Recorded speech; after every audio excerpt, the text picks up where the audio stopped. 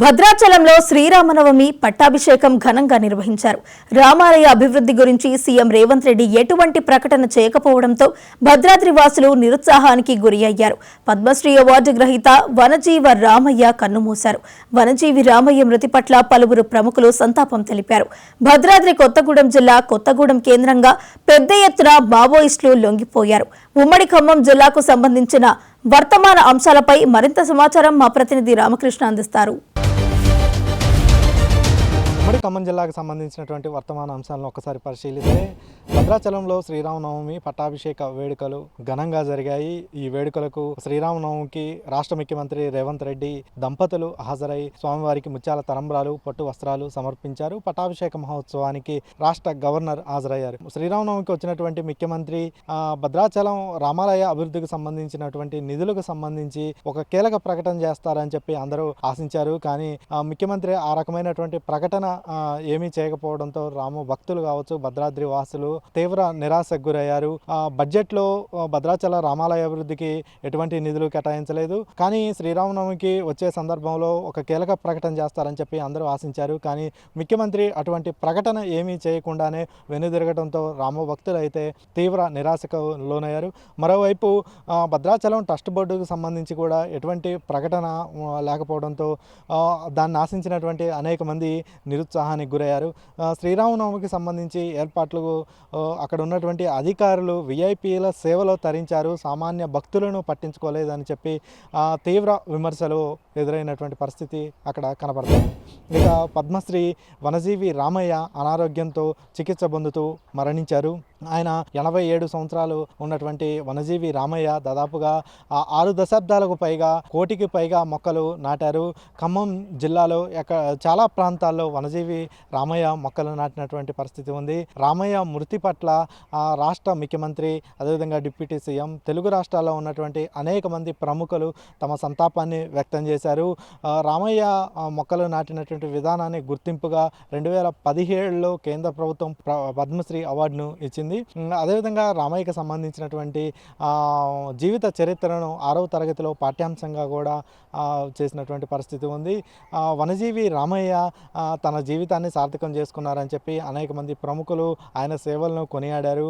ముఖ్యంగా 1 కోటికి పైగా మొక్కలు నాటి ఒక రికార్డుని అయితే సృష్టించారు. 3 కోట్లకు పైగా మొక్కలు నాటమే తన ధ్యేయం అని చెప్పి, హరిత తెలంగాణను చూడటమే తన ధ్యేయం అని చెప్పి వనజీవి రామయ్య పలు సందర్భాల్లో చెప్పినటువంటి పరిస్థితి ఉంది.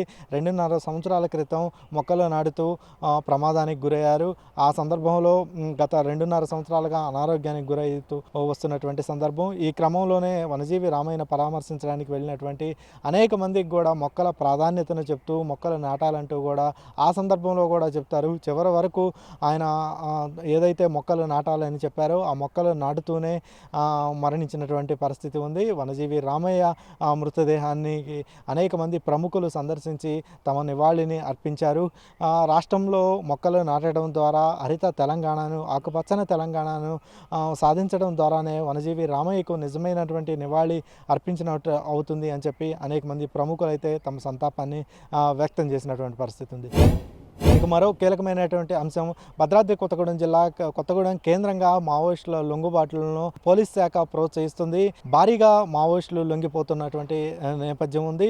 గడిచిన వారం రోజుల్లోనే 86 మంది మావోయిస్టులు కొత్తగూడెం కేంద్రంగా లొంగిపోయారు. దాదాపుగా ఇప్పటికే 200 వరకు మావోయిస్టులు గత 3 నెలల కాలంలోనే లొంగిపోయినటువంటి నేపథ్యం ఉంది. ముఖ్యంగా తెలంగాణ ప్రాంతం అయితే మావోయిస్టు పార్టీకి కొంత సేఫ్ జోన్గా ఉంటుంది. ఇక్కడ ఎవరైతే లొంగిపోవాలనుకున్న వాళ్ళకి అదేవిధంగా ఇక్కడ ఇస్తున్నటువంటి రాయితీలు కావచ్చు, ప్రోత్సాహకాలు కావచ్చు, వాళ్ళకి వస్తున్నటువంటి రివార్డులు తెలంగాణ ప్రాంతంలో ఎక్కువగా ఉన్నటువంటి నేపథ్యంలో అనేక మంది తెలంగాణకు వచ్చి, అది ఛత్తీస్గఢ్కి కొత్తగూడెం సరిహద్దు ప్రాంతంగా ఉంటున్నటువంటి నేపథ్యంలో ఇక్కడికి వచ్చి అనేక మంది మావోయిస్టులు లొంగిపోతున్నటువంటి నేపథ్యం.